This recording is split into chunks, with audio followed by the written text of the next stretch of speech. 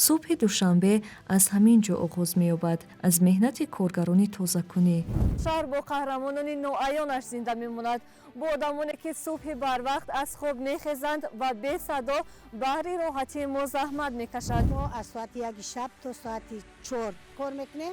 این آدمان نه تنها کوچه را تازه می‌کنند، بلکه به آبادی خیابان‌ها و گلگشت‌های پایتخت نیز اهمیت جدی می‌دهند. سالهای زیادی در اینجا کار میکنیم. در این شرایط و در همین محیطی همین کار ما آموخته شده ایم و تازگی و آبادانی شهر عزیزمان مشغول میشویم. وقتی که شهر تازه و آزاده می شود، آنها احساس قناعتمندی و افتخار می کنند، زیرا نتیجه زحمت خود را با چشم خود می بینند. ساکنای پایتخت هم خیلی مدنیت بلند دارن و تازگی و آزادگی شهر اعتبار میکنن. آنها شاید از خود سخن نمی گویند، آنها قهرمانان صحنه نیستند، ولی قهرمانان شهر هستند.